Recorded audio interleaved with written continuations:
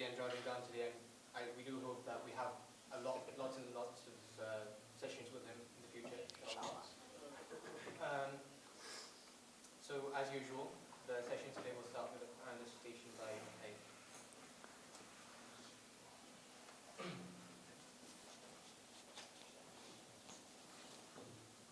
أعوذ بالله من الشيطان الرجيم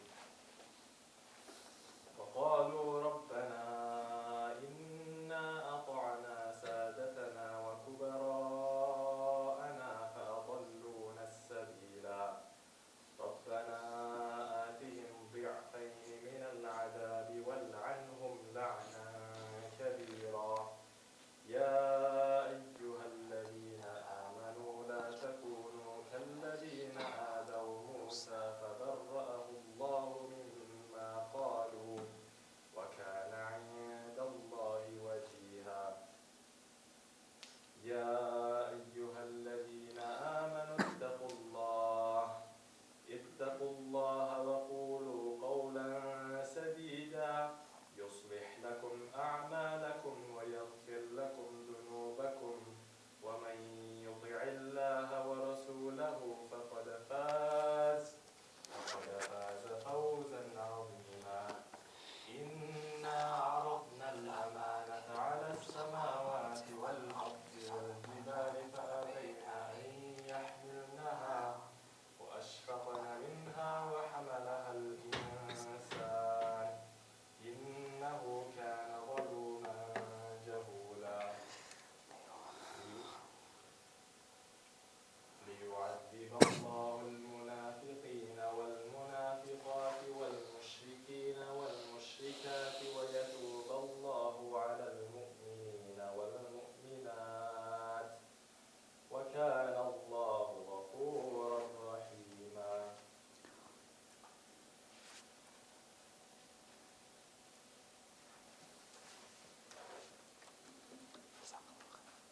And they will say, Our Lord, we obeyed our leaders in the but they led us astray from the right way. Our Lord, give them double our punishment and condemn them tremendously. O believers, do not be like those who slandered Musa, but Allah cleared him of what they said, and he was honorable in the sight of Allah. O believers, be mindful of Allah and what is right. He will bless your deeds for you and forgive your sins, and whoever obeys Allah and His messenger has truly achieved a great triumph. Indeed, we offered the trust to the heavens and the earth and the mountains, but they all declined to bear it, being fearful of it. But humanity assumed it, for they are truly wrongful to themselves and ignorant of the consequences. So that Allah will punish hypocrite men and women and polytheistic men and women, and Allah will turn in mercy to believing men and women. For Allah is also giving most mercy. I would now like to invite Dr Muhammad to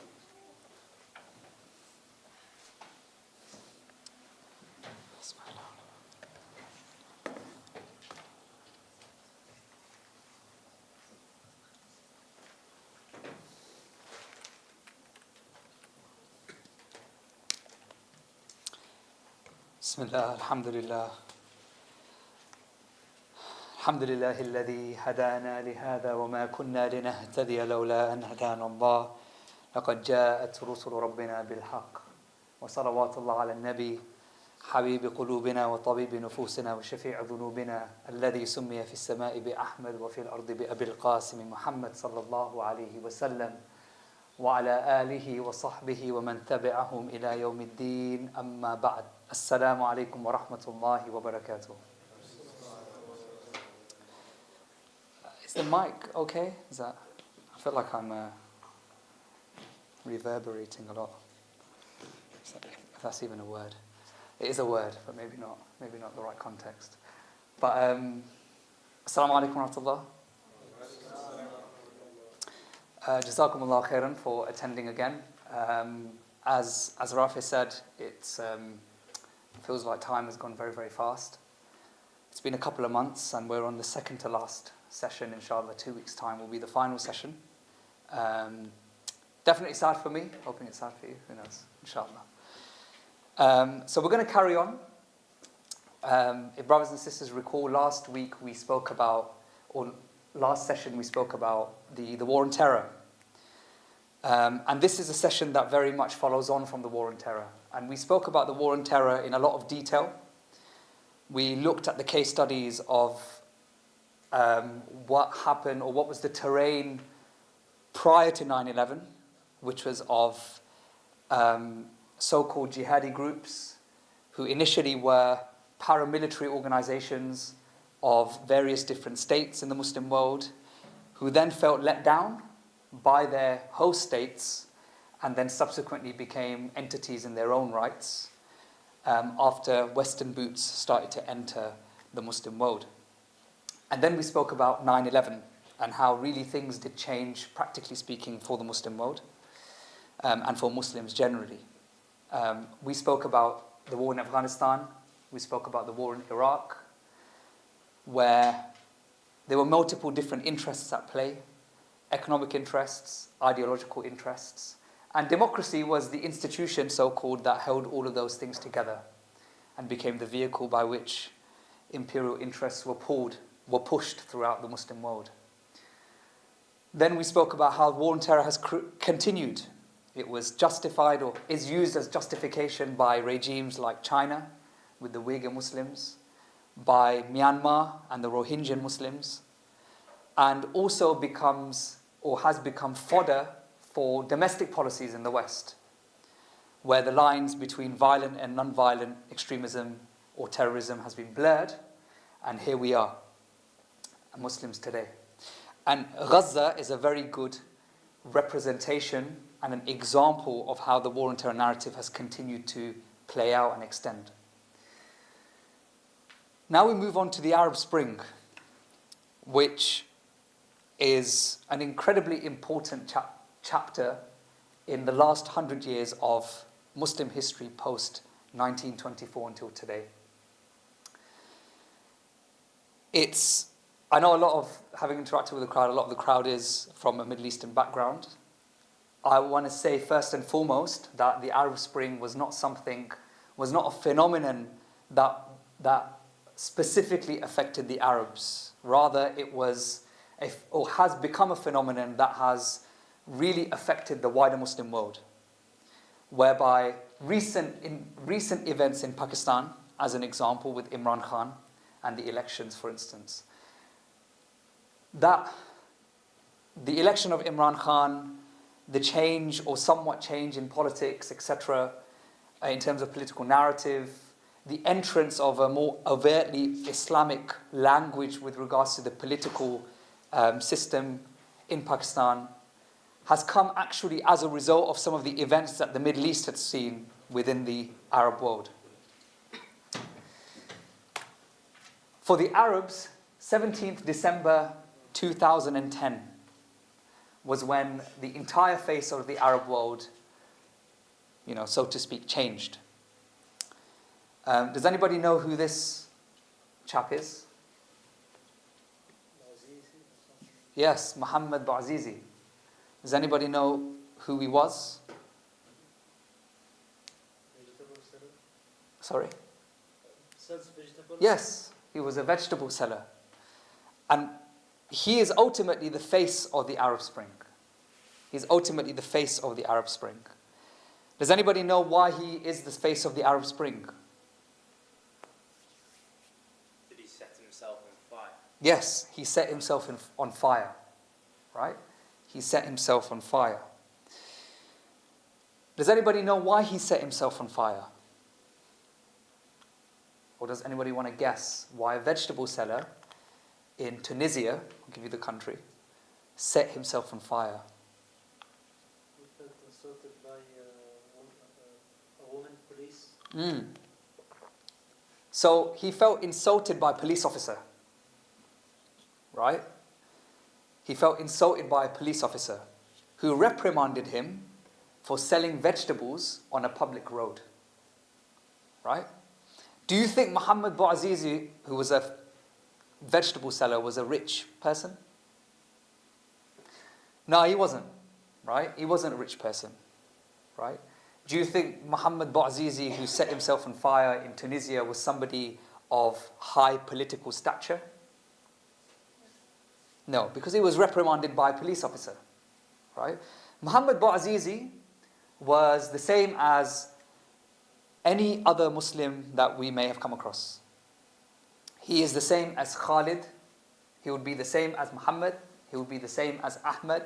He would be the same as anybody in the Muslim world. He was a normal person. The Arab Spring was set off by his events, by him burning himself. And the Arab Spring created such an effect in the entirety of the Muslim world that Barack Obama was quoted as saying that when he was asked to comment, and his first speech on YouTube, you can watch it, concerning the Arab world, he was asked about it and he said, "Today the arc of history has been bent."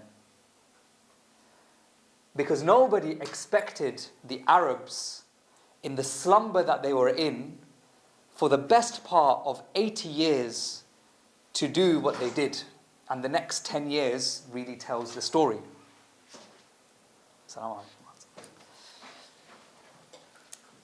So Muhammad Bouazizi set himself on fire because he was under severe, or he was suffering from severe inflation, from severe economic factors.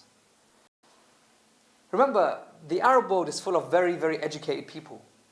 If you go to Egypt, for example, your taxi driver would, have a BSc in economics, right?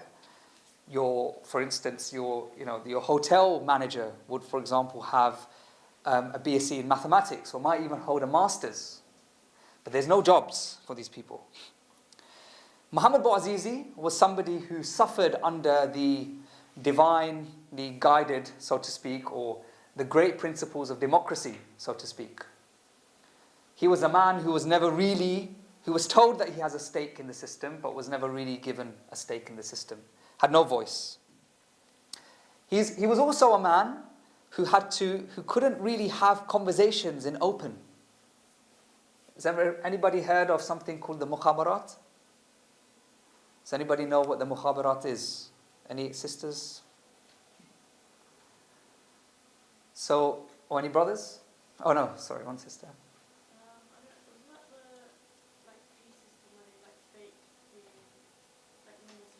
Yeah. It's in the entirety of the Muslim world.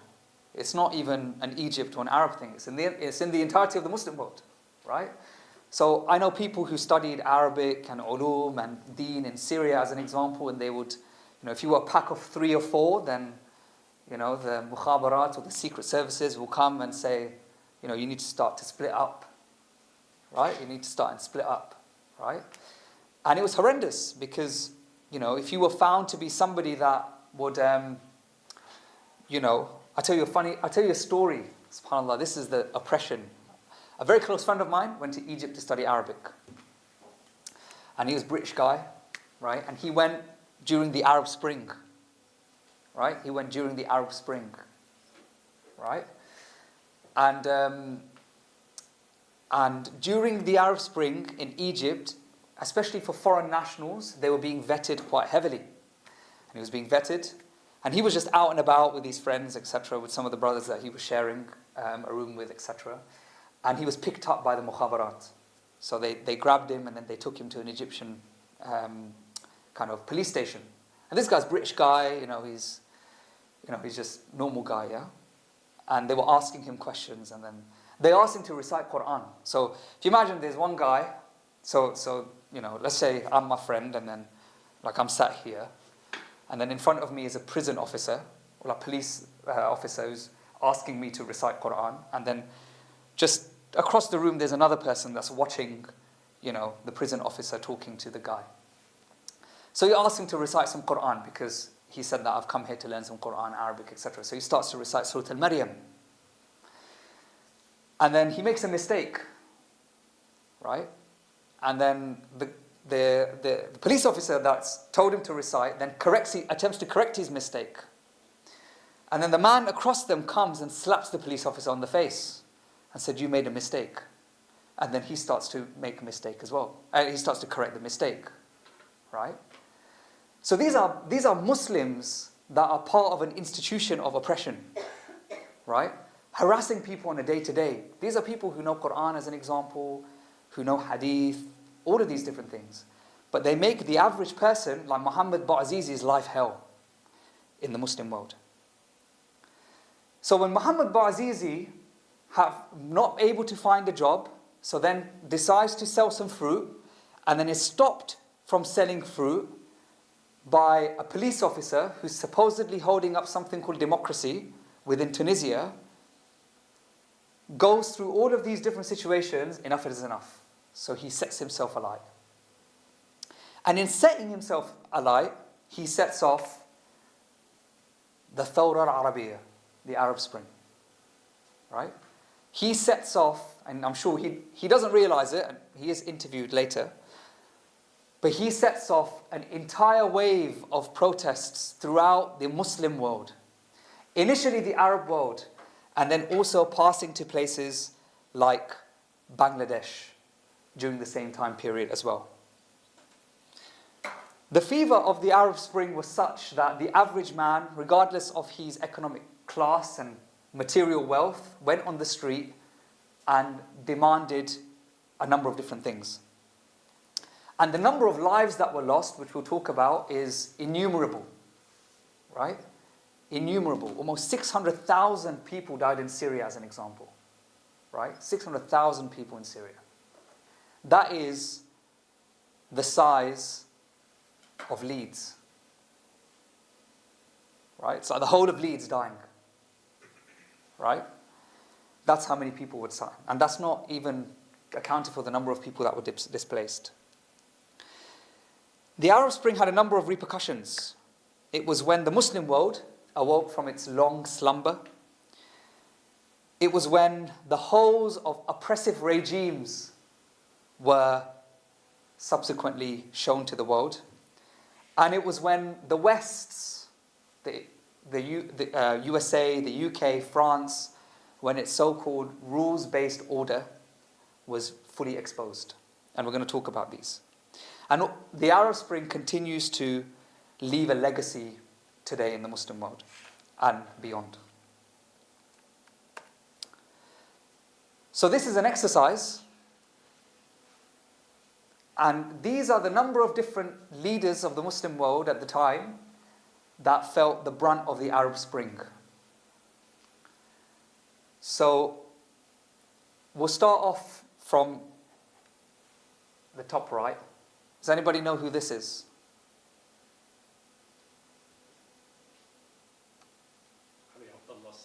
Ali Abdullah Saleh. So this is Ali Abdullah Saleh. Does anybody know which country he was the leader of? Except for the brother that answered. Yemen. Sahih. He was the leader of Yemen. Okay? And he was removed in 2012. Who's this? Muammar Gaddafi. Okay?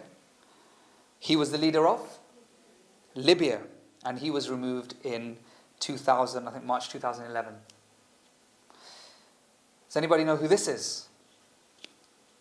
The leader of Sudan. Yes. Does anybody know his name? Could be anybody to answer. Omar Bashir. Omar al-Bashir was removed in 2019. Does anybody know who this is? Hosni Mubarak, who was the leader of Egypt and was removed in 2011. Does anybody know who these people are? Which family they're from? The Khalifa family of Bahrain, and they remain in power today. Does anybody know who this is? Al-Ahzab. Yes, Al-Assad, who continues to remain in power today. So the anger of the Arabs during the Arab Spring was targeted at a number of these people. Some of them were removed, some of them remained. And those who were removed were replaced by some of the following personalities and people, right? There is an anomaly, but I'll explain that. So does anybody know who this is? Muhammad Mursi. And which country did he lead? So Mubarak fell. Yes. We'll come to that chant in a bit, the unfortunate chant. And Morsi came. Does anybody know who this is? Yes, Rashid al-Ghanoushi. So when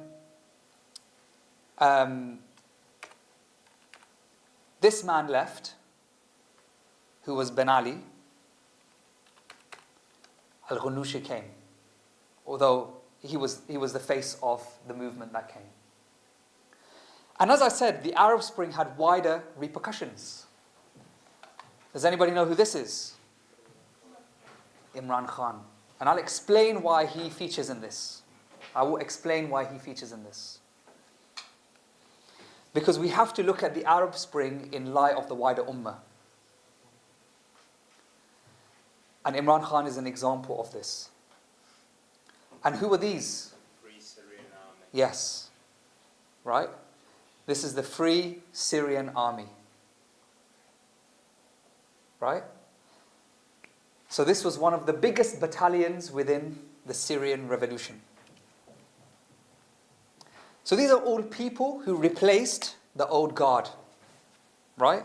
People who replaced the old guard. However, they didn't last long.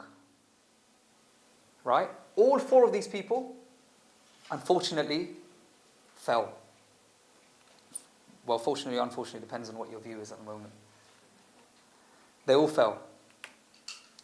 And what we're left with is this. Does anybody know who this is?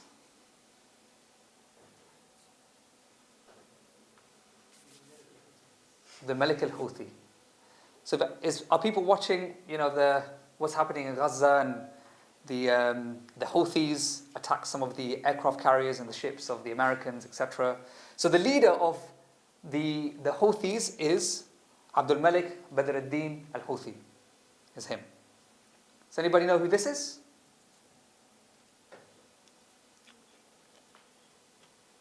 It's okay if you don't. Yes, yes.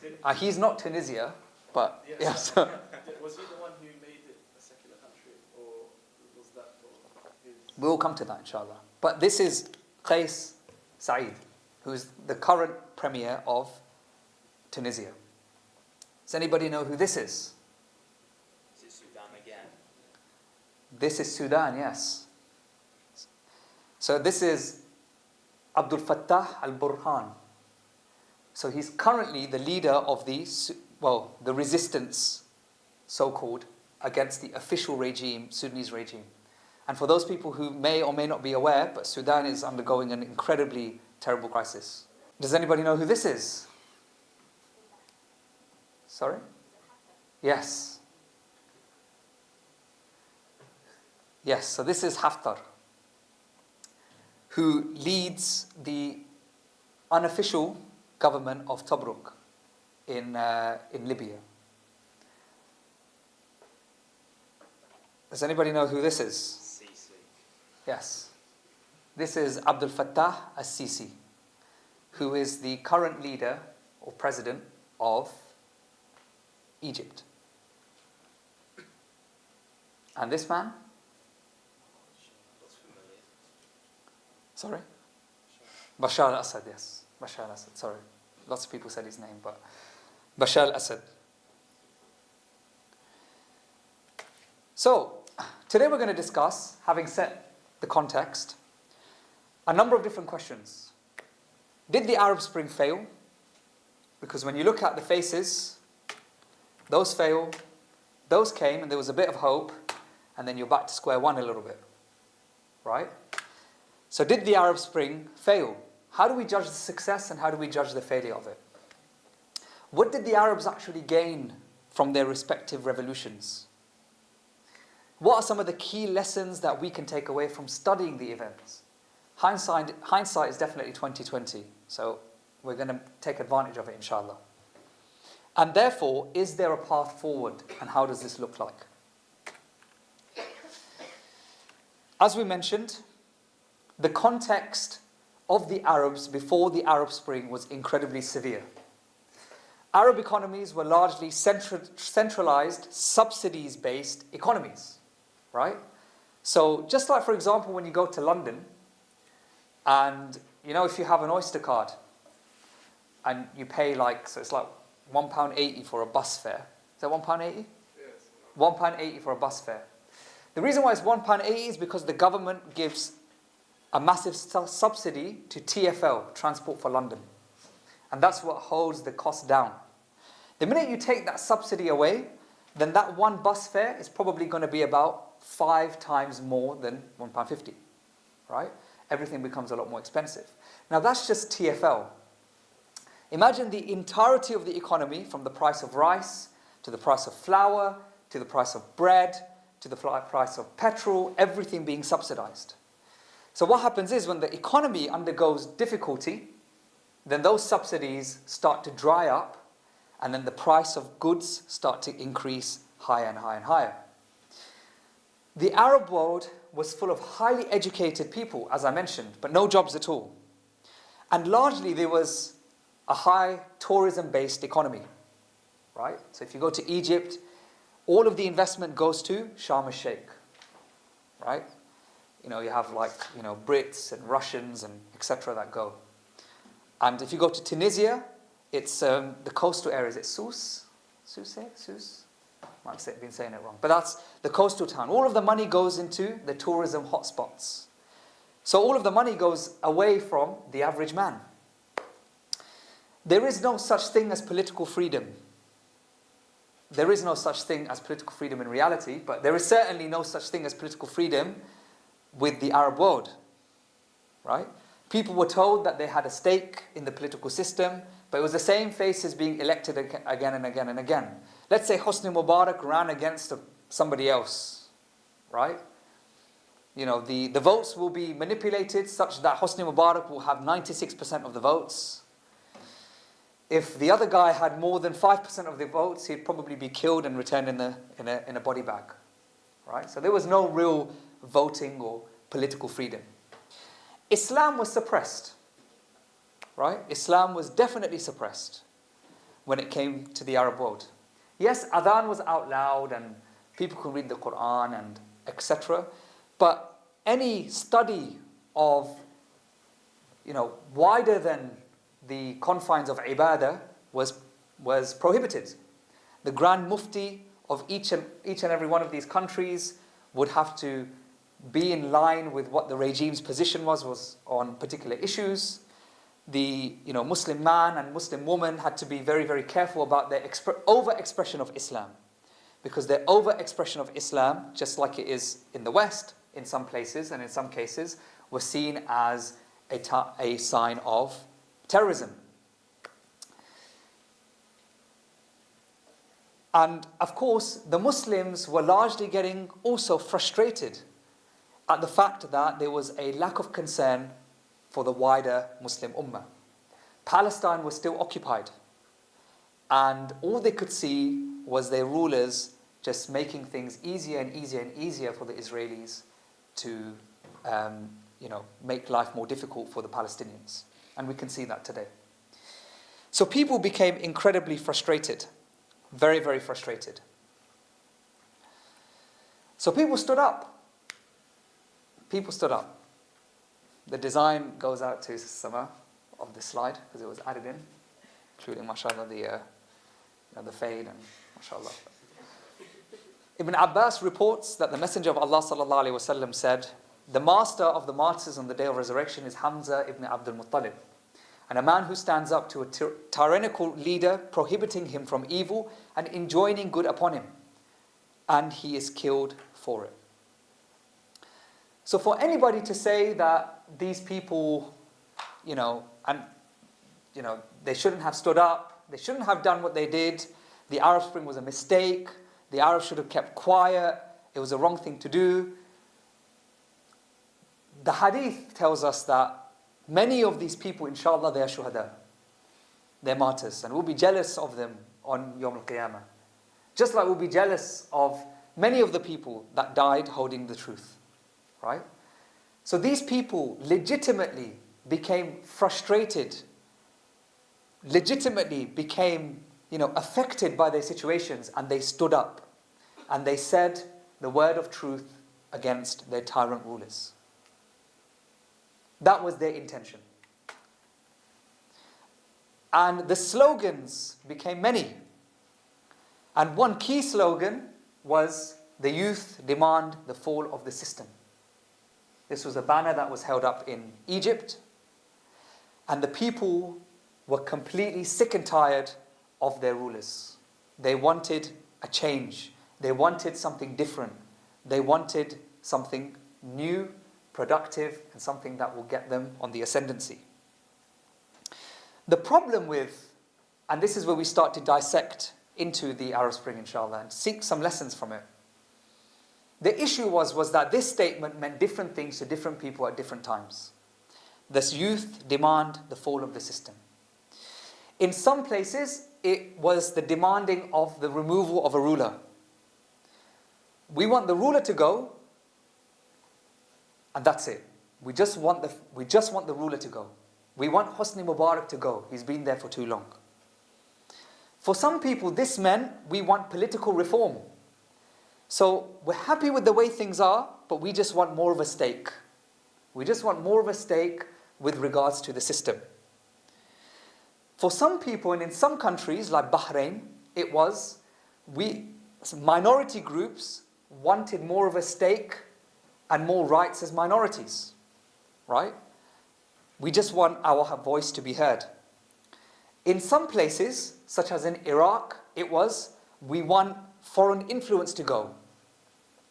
For example, the Americans. They wanted American hands off Iraqi oil, right? So with regards to the Arab Spring, yes, the statements and the slogans were relatively around the theme of demanding the fall of the system. It meant different things for different people. Now, this definitely made the rulers and the regimes quite afraid. Because for the first time in a long time, the people of the various different Arab nations rose up together. It wasn't just one country and another country here and another country there. It was a synonymous rising. It started with Tunisia, it spread towards Egypt, went to Syria, went to Bahrain, went to Yemen, went to lots of different places. And for the first time in a long time, the regimes had to meddle in each other's businesses. They had to meddle and get involved in each other's business. And that was initiated either by the regimes themselves, or it was initiated by the West, who had to try its best to manage the repercussions of the Arab Spring. And we're going to come to that, Insha'Allah.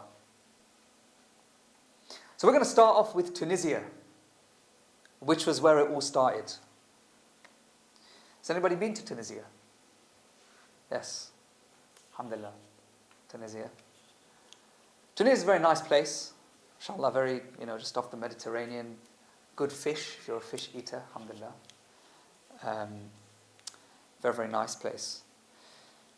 I went there in 2017. It was a couple of years back.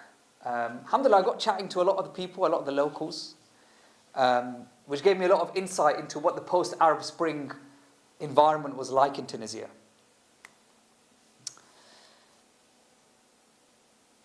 Tunisia, in origin, was an experiment.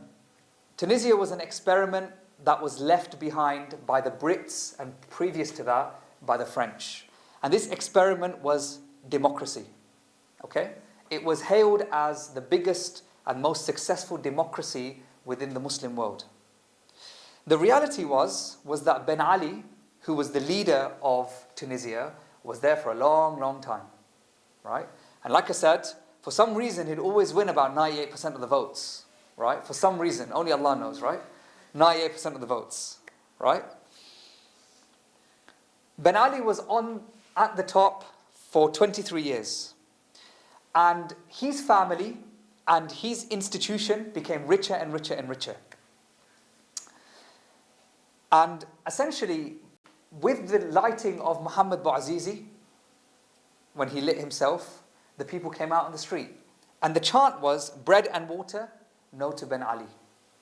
right? Bread and water, no to Ben Ali, because the economic conditions were very, very poor.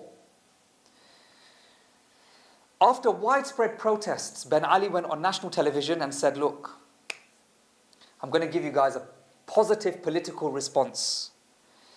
He asked for forgiveness after feeling the pressure. He said, I understand your problems, right? As he was donning his lovely watch and wearing his three-piece suit. And of course, the Muslims are not stupid, right? We're not, as I said, it's highly educated people in the Muslim world. The people were sick and tired, and they removed Ben Ali. They removed Ben Ali. Ben Ali had to flee.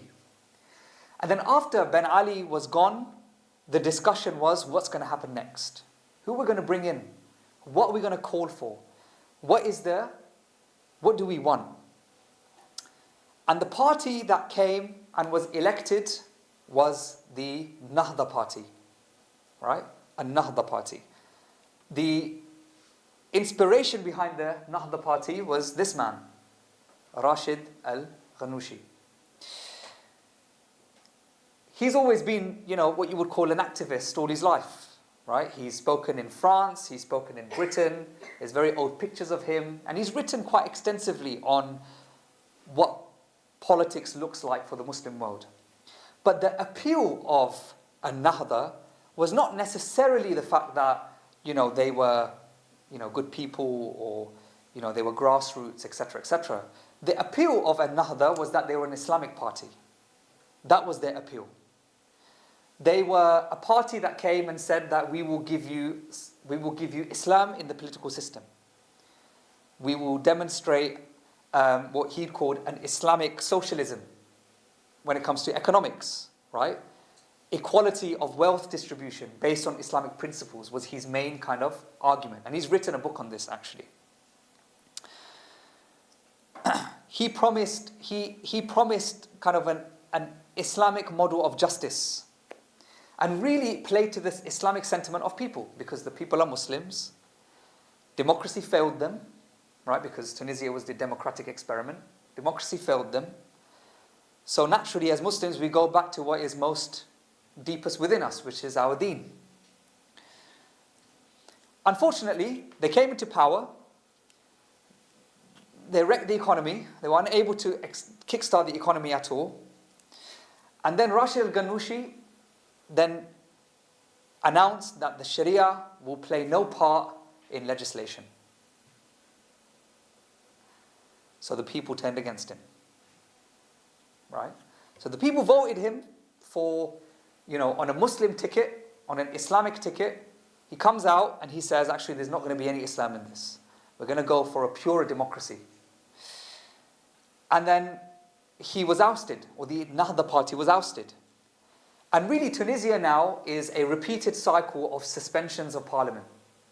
Right? Every couple of months, every few years, there's a suspension of parliament. Right? It continues to be an incredibly struggling economy.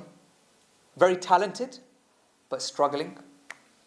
And people continue to be disenfranchised. The key point with Tunisia was there was a lack of clarity on what the people wanted. Yes, they wanted some form of Islamic rule, but there was no serious thought done with regards to what that looks like, how that operates, how that works in a modern world. And when the party came into power, they didn't really know what they were doing, because philosophy is one thing, and writing is one thing, and actual politics is another thing. And subsequently they failed.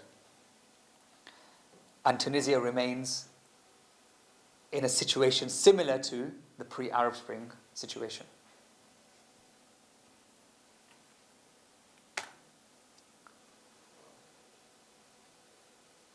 This is Bahrain. This is Bahrain. Does anybody know what happened in Bahrain during the Arab Spring? The protests on February 2011. Yes. And protesters were clamped down upon. Some were killed, a lot were injured.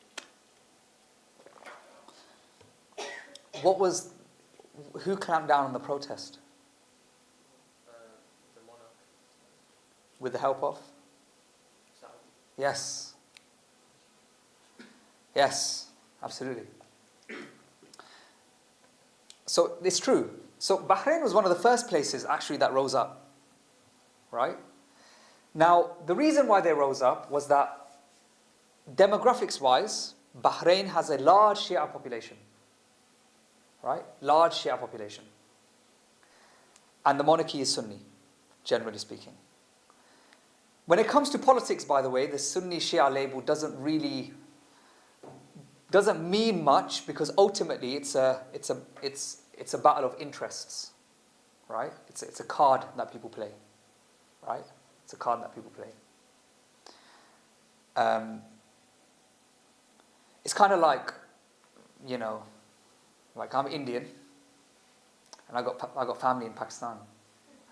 So when I'm around Pakistanis, I say I've got family in Pakistan, and then they get really happy. And then when I'm with Indians, I'm like, yeah, I'm Indian, man. And then they get really happy. So it's a card that I can just play, right? Alhamdulillah. I need to somehow find one with the Arabs, but I'm afraid it's not really working out. So it's a similar thing. Shia, Sunni, it becomes a card that's played. And Bahrain was a very nasty situation. So people started rising. People started protesting. And the call here was for greater rights for minorities, right? For people who were Shi'i, okay? And the reason why they wanted greater rights was that generally they were clamped down on, or it was perceived that they were clamped down on. They had less ability to, hold, for example, or build masajid and etc., etc. And they were generally seen with an eye of suspicion. So they rose up. Now, unfortunately, what happened was that the Gulf Cooperation Council, the GCC, started to see that this could potentially pose a threat in the Gulf area. So a decision was made to send troops. So Saudi Arabia sent troops. Now, the reason why Saudi Arabia was particularly concerned was that it has a Shia population in the east side of Saudi Arabia, which is bordered with Yemen. So they felt that, okay, the Shia population in Bahrain has stood up, demanding more rights. Therefore, it's likely that they will stand up in Saudi Arabia as well. And in order to stop that from happening, they clamped down incredibly severely. And you saw what I would like to say and what I'd like to call Shia bashing that happened throughout the Arab-speaking world, and even around the West. For some reason, many of the khutbahs just overnight just started to become about Shia, right? All of a sudden, overnight. Then fingers were pointed that, these people are rising up because, they're Shia and, Iran is with them and etc. But all they were really asking for was, give us a little bit more space in the political apparatus. Give us some more space. So this was Nimr al-Nimr from Saudi Arabia. And there's actually a very good study that's been done on his writings by a professor in the University of Exeter.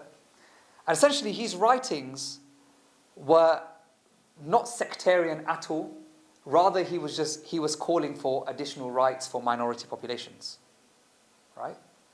He was calling for a reduction in suppression, in greater economic freedom, and also greater ability for minorities to express their Islam. Right? And he was killed. Another good example is this man. Does anybody know who he is? Jamal Khashoggi. Yes. So Jamal Khashoggi, has anybody watched The Dissident on Amazon Prime? Very good video to watch. It's a documentary on Jamal. So he was a writer in... Sorry. Was that the one where they played the audio and they recreated his... Yes. With the audio they found on his phone? Yes. No, not really. Not just that. A lot of it is trying to string together timelines, but we kind of have a good idea about what happened. So he's a writer for the Washington Post.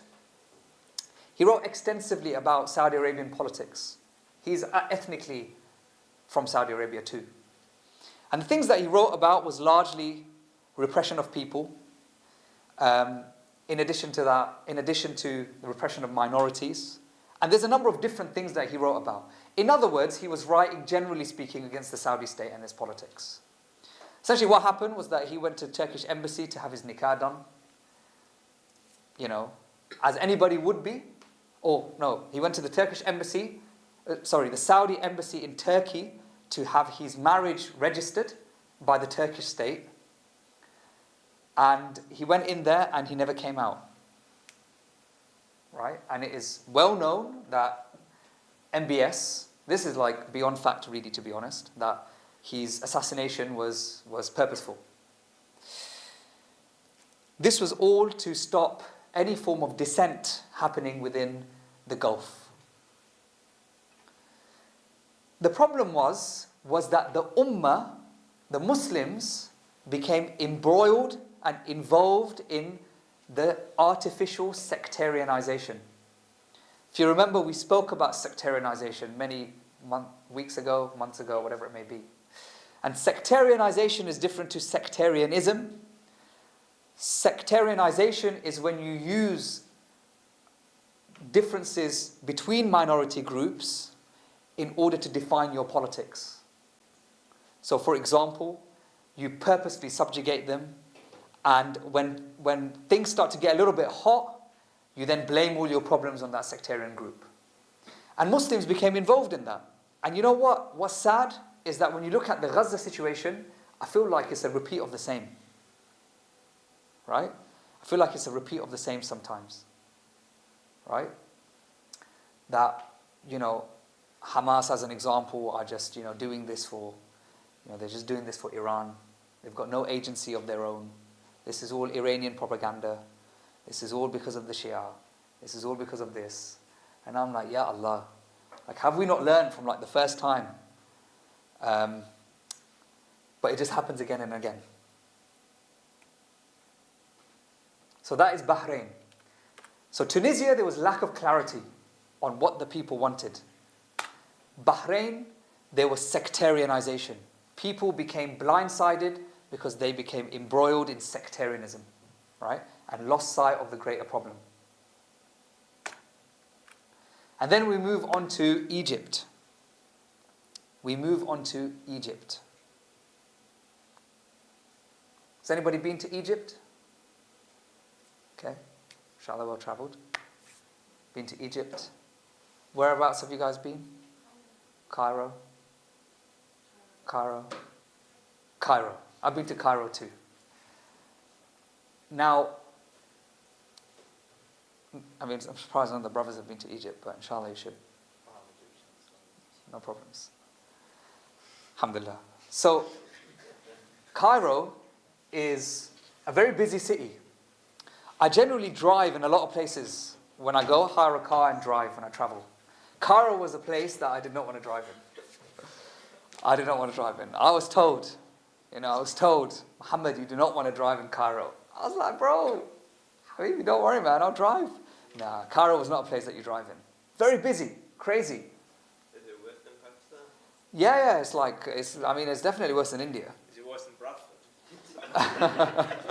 MashaAllah, I think, Bradford's unique. Alhamdulillah. But Cairo is busy, very, very busy. And understandably so, because the population is around the Nile, and the Nile is just a vertical river that goes down Egypt. And that's where the fertile land is. And what happened in Egypt was definitely one of the biggest events of the Arab Spring. Because Egypt is held to be one of the most important countries within the Arab world. It has one of the stronger armies and militaries. Much of the media comes from Egypt, as an example. Much of the culture comes from Egypt. And historically, it's played an important role with regards to the region's politics. However, with that, the regimes around the Egyptians and also the West were more concerned with what was going to happen in Egypt. So protests began 25th of January 2011. They saw their brothers and sisters in Tunisia rise up and remove Ben Ali. So the Egyptians felt that they could do the same. Their demand was that they wanted to remove their long-standing dictator Hosni Mubarak. Once again, a chap that gets 99% of the votes each and every time. People were sick and tired of the status quo, and peaceful protests turned violent very quickly. Lots of groups converged. You had Muslims, like what we would arbitrarily call as Islamists, secularists, socialists, rich, poor, middle class. Everybody came together with regards to the Arab Spring in Egypt. And they all demanded the removal of Mubarak. They all demanded the removal of Mubarak. So they were very clear on what they wanted. And there was attempts. I remember speaking to somebody who was part of the revolution in Egypt. And there were attempts to try and make this into, a Sunni Shia thing or, etc., a Sufi Salafi thing. And actually the people rose beyond that in Egypt. They actually rose beyond that. So they weren't affected by the sectarianism, right? And they carried on. And finally, on the 11th of February 2011, Hosni Mubarak announced his resignation. Mubarak stood down. And the army promised to hold the constitution and to facilitate elections. Now, the thing is with militaries, you can't really trust them. If you're from the subcontinent, you'll definitely know that, right? If you're from the Muslim world, you're definitely not that generally. So the people carried on. They were like, look, empty promises, man. You can say that an election's coming, but that could be coming in 10 years, 20 years, when I have grandchildren, whatever. So they carried on. They carried on. They went into the streets, they carried on. 6,000 protesters were injured. 800 deaths. Right? They carried on. Right? They carried on. And eventually, they managed to push through an election. And the man who was elected was this man, Muhammad Mursi, who was of the Freedom and Justice Party, which was the political front of Ikhwan al-Muslimin, the Muslim Brotherhood. So things looked really good and positive, And it's important to know, once again, does anybody know why? But why was he elected? Why was his party elected? They wanted to have like an Islamic constitution. Correct. It's often a footnote, brothers and sisters. But you've got two countries here. You've got Tunisia and you've got Egypt.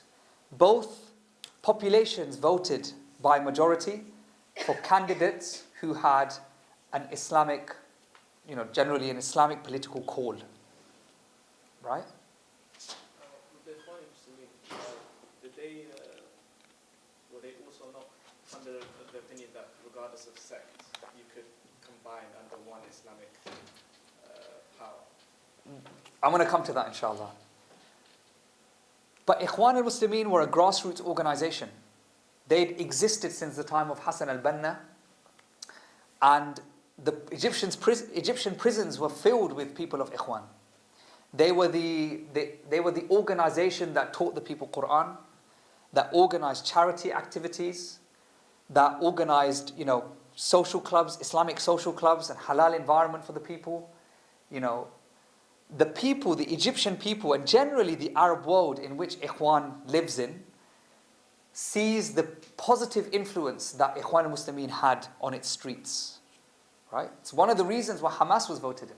Hamas was a offshoot of the Brotherhood and became a political organization after the first Intifada, which I spoke about a few weeks ago. So he was voted in. Morsi was voted in.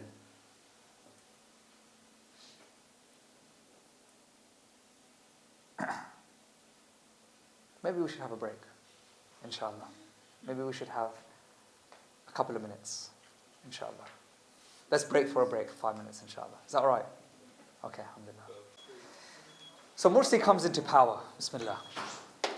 And he comes on a high. The people are incredibly happy that they've got their guy in. And he does win with a decent majority, right? And he then starts his tenure as the president of Egypt. However, this then creates and brings into light a number of different problems. The reality was that, and this is, hindsight is 2020, and this is based on a number of interviews that are publicly available, I can send sources to, and also academic works that have been done on the Brotherhood in terms of their leadership during or post-Arab Spring. The reality was that the Muslim Brotherhood was not prepared and was not intending to run in the election in the first instance. This is very well known. Okay? They've always been a grassroots organization seeking seats on parliamentary kind of committees or, seeking positions as counsel to existing rulers. Right? This has been the Brotherhood's position for the past 30 to 40 years. Right? Specifically after the death of Sayyid Qutb. However, because they were the popular party, the Ummah, the people of Egypt, wanted the Brotherhood to lead them. So they stood. So it's important to know, they were not intending to vie for the election mandate. Right? It became such that they were kind of forced to. The other thing was that Mursi was not their candidate.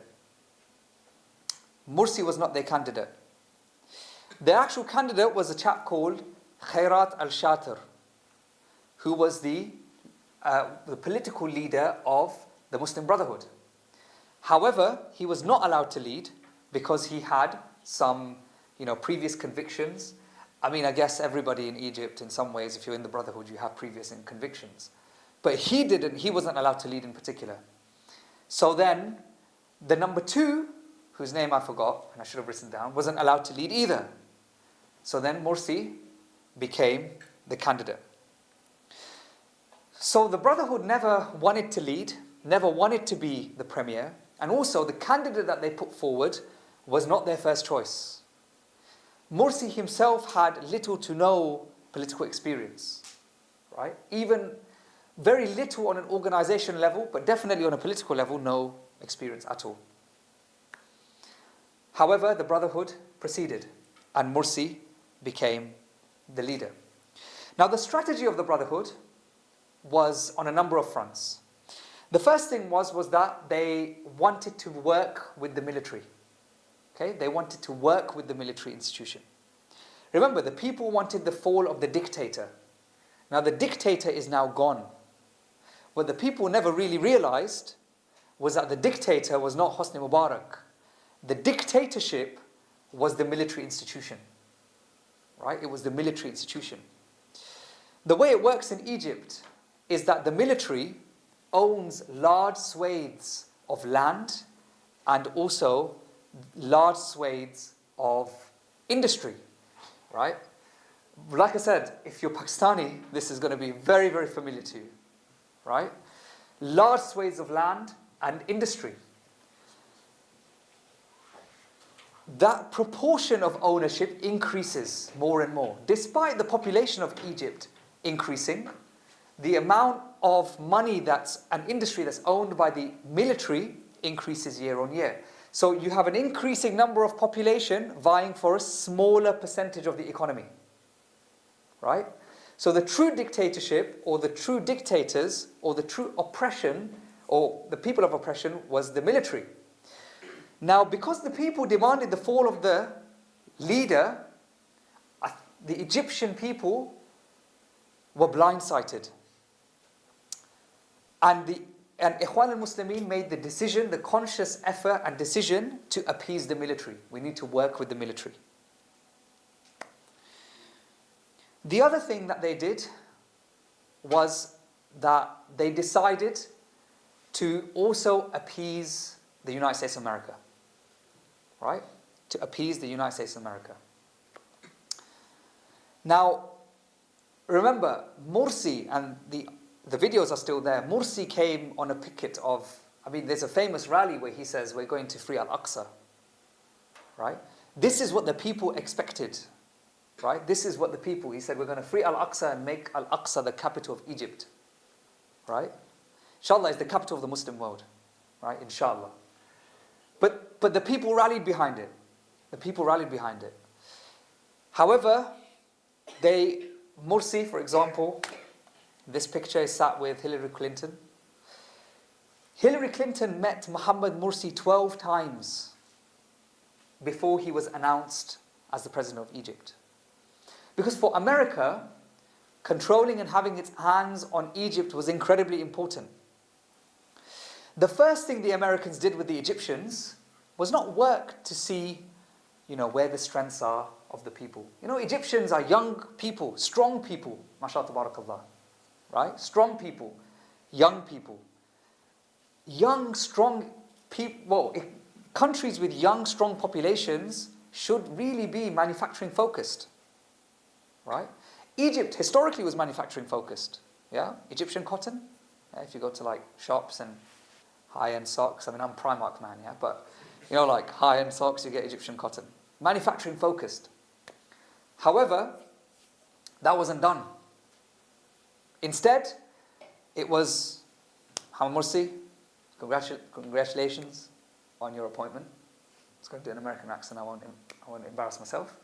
Here's an IMF loan.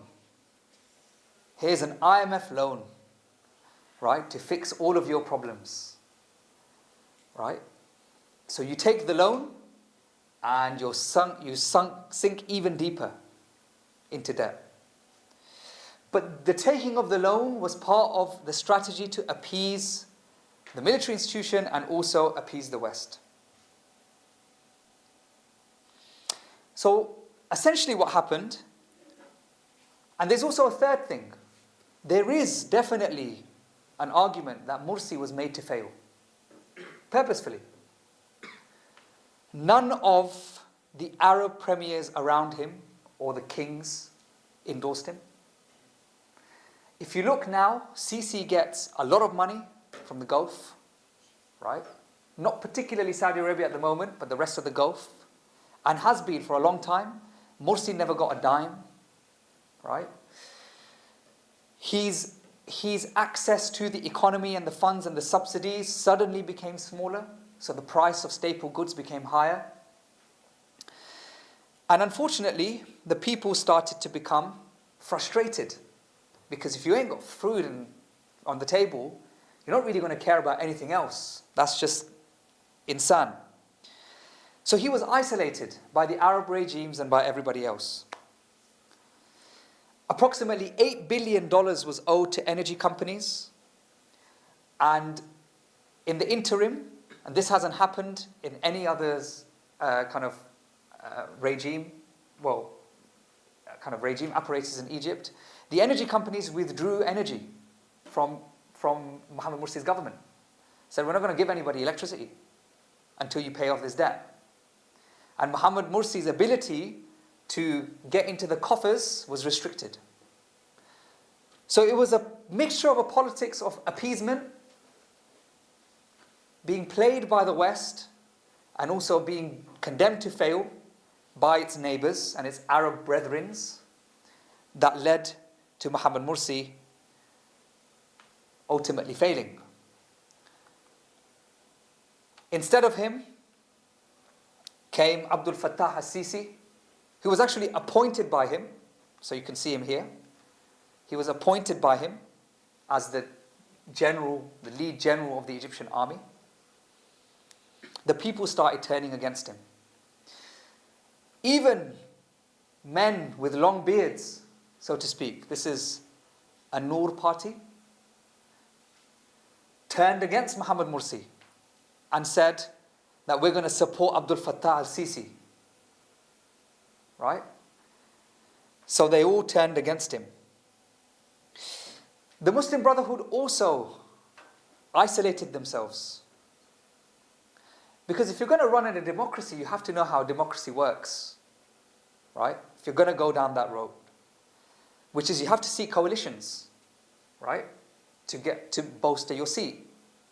If you look at, for example, how British elections happen, there's not enough seats, people start to seek coalitions.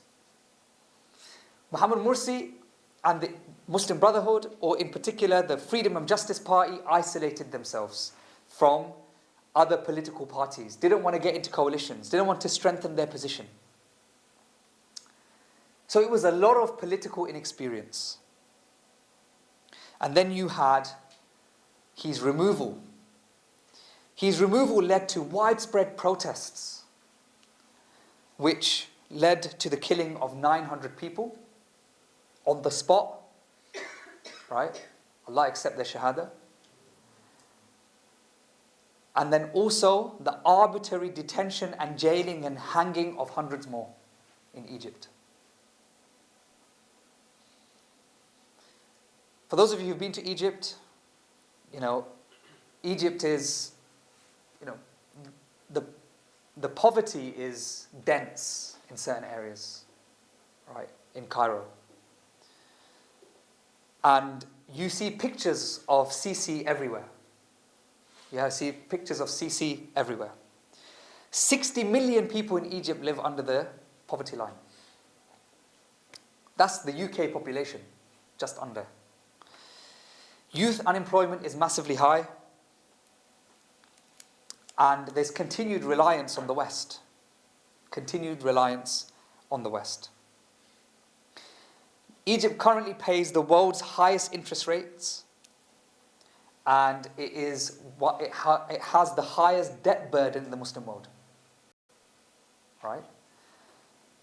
So it's in an incredibly bad state. I think one of the lower GDPs as well. Yeah, it's not. I don't know actually. I can't comment on that. I'm not sure what its GDP is, to be honest. So that was Egypt. The key point with Egypt really is two. So with Tunisia, there was lack of clarity. People never really knew what they wanted. With Bahrain, it was the people got involved in the sectarian rhetoric, and they lost sight of it all. With Egypt, there were two lessons. The first one was that removing the face doesn't actually change anything. Removing Hosni Mubarak didn't change anything, because the true mujrimeen was the military institution. That's lesson 3. Lesson 4 was that the West do not care about anything aside from their interests. If Gaza has proven anything, it's this. The rules-based world order, the liberal world order can be bent in any direction it needs to be in order for Western nations to secure their interests. The ICJ ruling happened. Straight after that, every funding was withdrawn from UNRWA, the UN kind of aid agency. And then what happened? To top it off, an offensive on the refugee camp on the Rafah border was announced. Honestly, they do not care. Like these principles of civil liberties, freedom, democracy, etc., they mean absolute nothing to them aside from the fact that it facilitates their interests. And this was a very, very good, unfortunately, bad, but in this instance, example of this. So it doesn't matter if there's democracy in the Muslim world, or it doesn't matter if it's dictatorship. It doesn't matter if Imran Khan is in charge.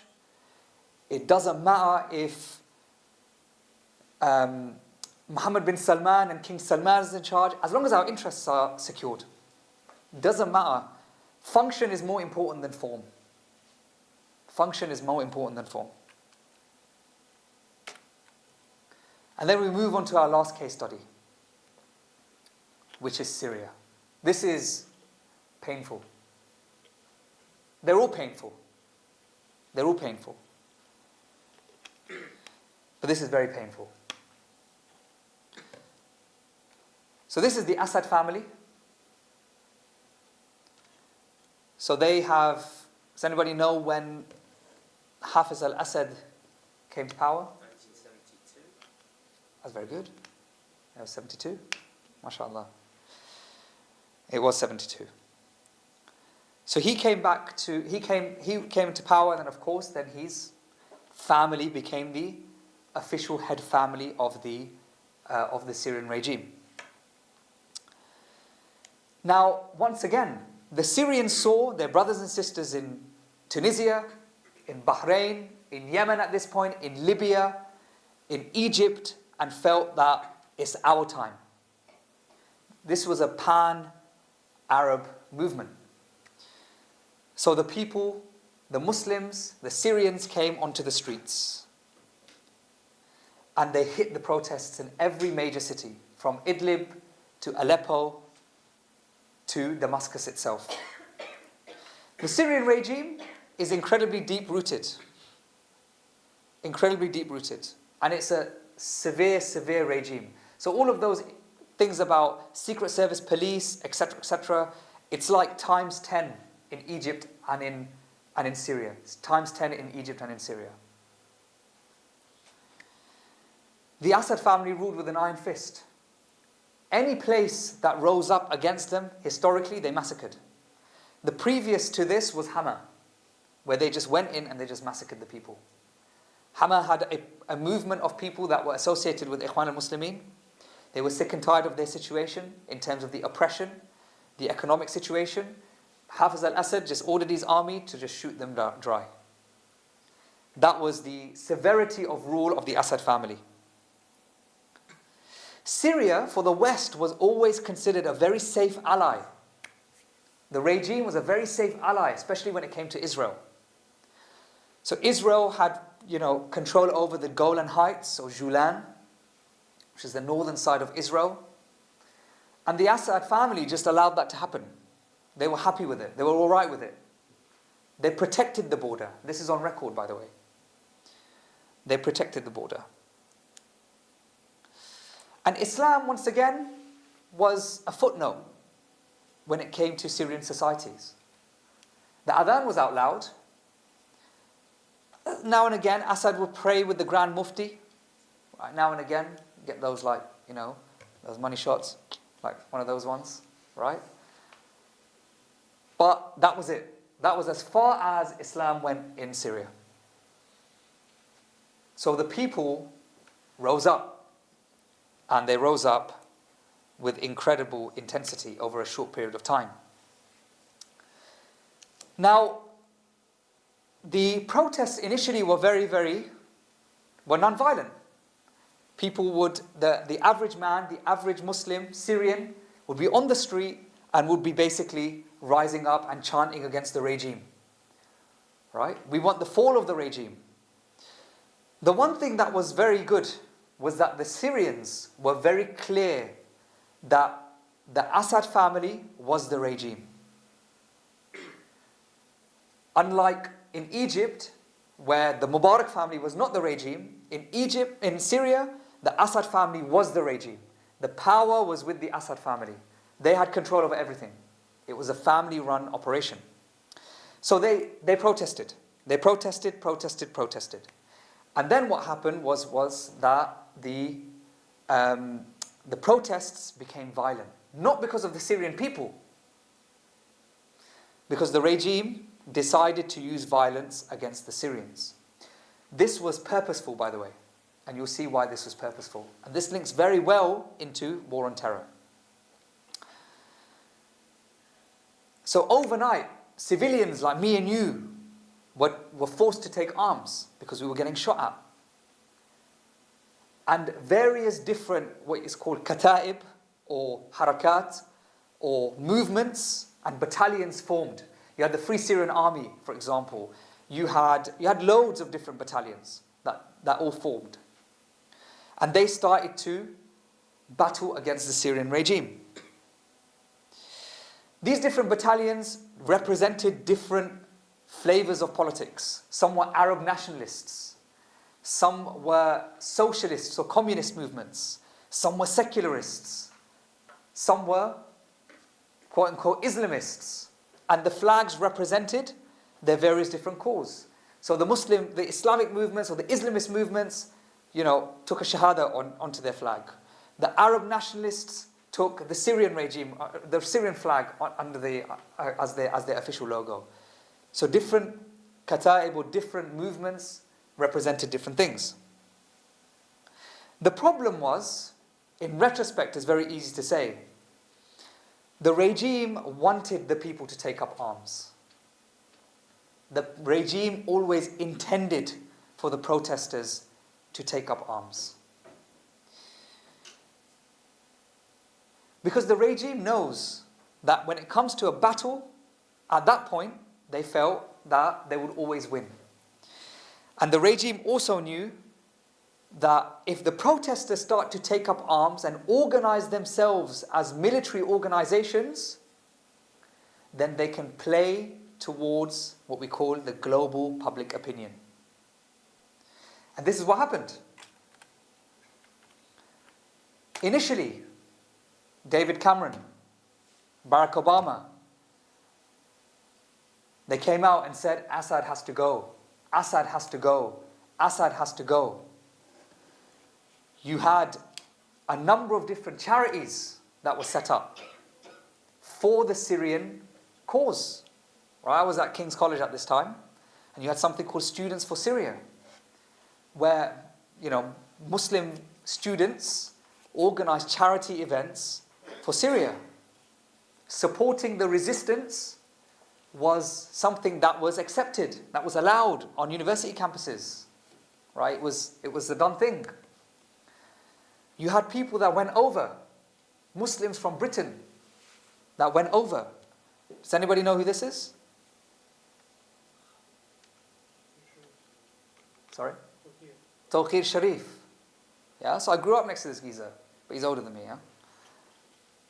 But he went to Syria. He felt, I want to do something for my ummah. He packed his bag and he went. Do you know where he still is right now? In Syria.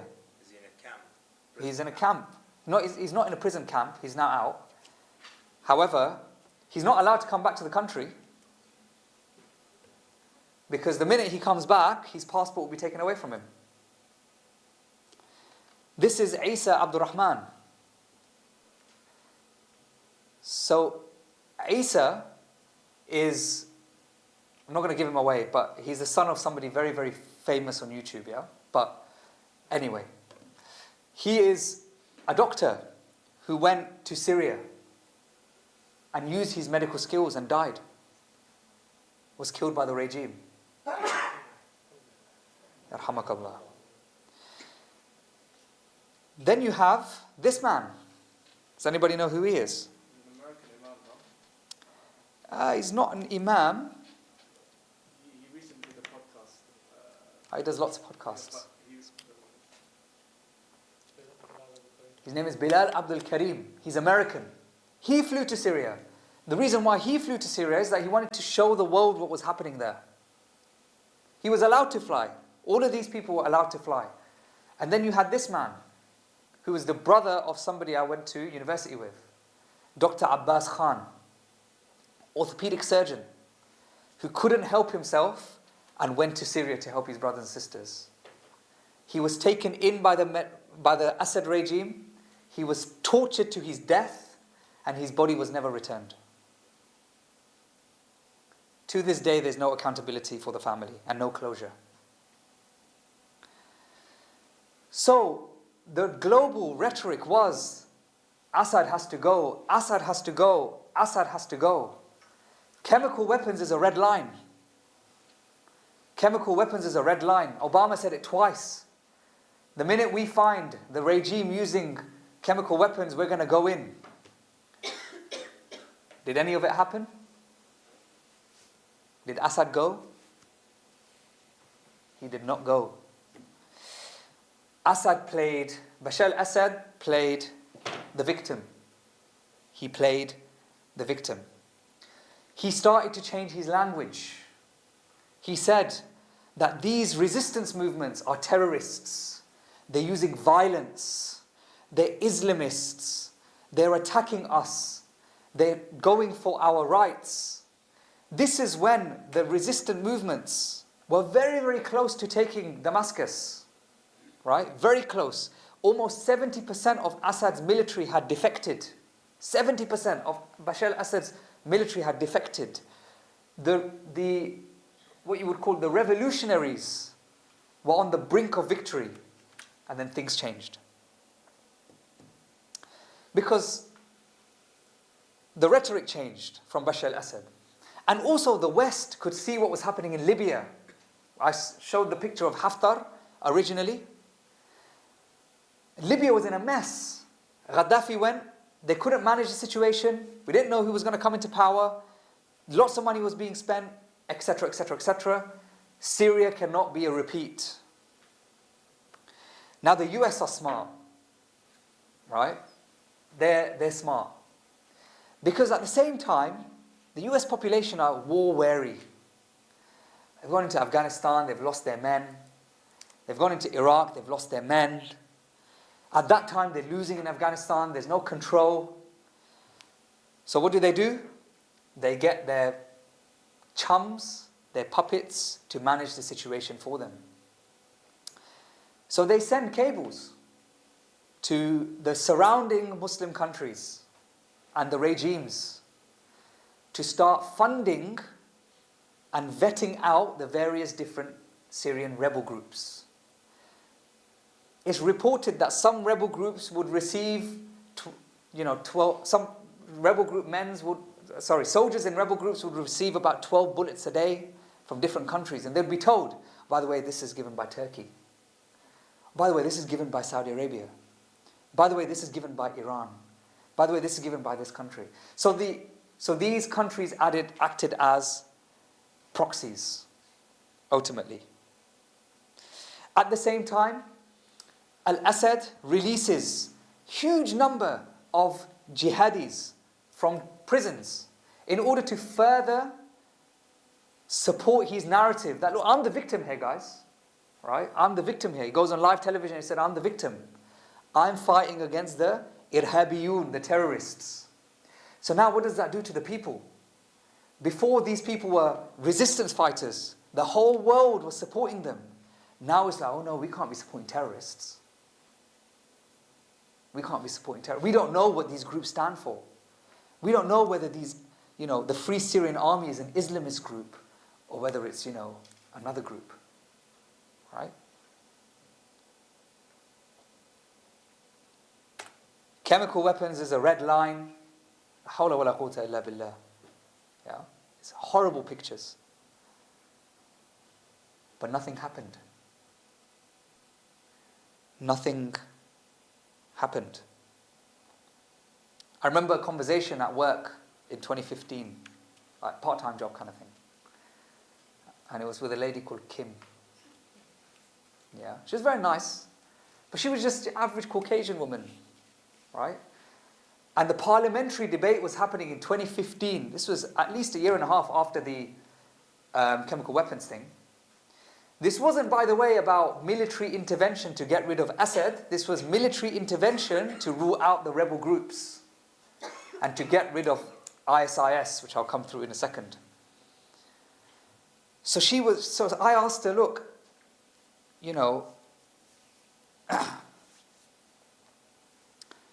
she said, I support Britain's intervention. And I said, why? She said, because all of these rebel groups are Al-Qaeda.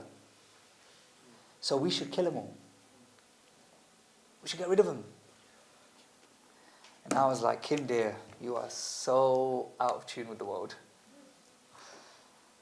But it's true, she was just beholden to what she was seeing in the media. And then that continues. All of a sudden, in 2014, comes a man donning a Rolex in Mosul, declaring that he is there to destroy the Sykes-Picot borders and establish an Islamic caliphate. His name was Abu Bakr al-Baghdadi. And the rise of ISIS is a story in of itself. It's conspicuous. I've been ragging my head around this for a long time. But I've come to the same conclusion that many others have, that, and it's not necessarily conspiracy because I think it's beyond doubt, that, it wasn't a natural emergence, really, to be honest. They were facilitated. The evidence is that there are a group of battalions that fought against an Iraqi army. And the Iraqi army, who had high-tech weapons, tanks, air capability, ran away. Right? Ran away. And ISIS managed to take a whole swathe of land and declare itself a caliphate. So Western nations started to withdraw their support from rebel groups. And these groups became more and more isolated. In addition to this, you had the rise of Russia. Do you guys remember when Russia went into Syria? Now Russia's supposed to be America's biggest enemy. But at this point, Russia coming into Syria was a blessing in disguise for the US. It was convenience. Why do the dirty work yourself when you've got somebody else doing it? So the Russians, unlike with Ukraine, the US is incredibly critical of Russian influence and invasion. They were silent when it came to Bashar al-Assad. Silent. Because it was perfect ploy. It was perfect play. The Russians can do the dirty work. Iran, as well, who previously facilitated the US invasion of Iraq, was now facilitating US interests within Syria. Right? It just worked out, unfortunately, for the US. The last power is Turkey. And we cannot hide from the disastrous role that Turkey played when it came to Syria. The fall of Aleppo was the moment when the Syrian revolution came to a fail. And it is known through multiple references and sources that the Turks pulled out their troops just before the siege started from Assad, from the Syrians, and also from the Iranians. Because Turkey played their role, and their role was working out which rebel groups were, pally-pally with the US interests and which groups were not. And Turkey played its role in its interest because it wanted to get into the EU and it wanted to just facilitate as many refugees, and when it realized that it was not going to get into the EU, it closed its borders. So Turkey didn't want any more. Of course, ISIS created a lot of disaster. Jane's Intelligence, which is an intelligence agency, explained a very, very interesting fact to say that 70% of Syrian regime and Western coalition attacks were not on ISIS, were on other groups. But if you remember, the justification for the actual invasion and the parliamentary debates and the votes and the coalition in Iraq and in Syria was against ISIS. Very conspicuous. And unfortunately, areas fell one after the other, and now Bashar al-Assad continues to be the premier and the leader of Syria. The fifth key point, and the final one, is, and we take this from the Syrian revolution, was that there was a lack of leadership. There was political will. There was some clarity. There was hard work. But there wasn't anybody or any institution or any group or anyone that could take leadership, that could take it from the helm and guide the people towards the actions that were necessary.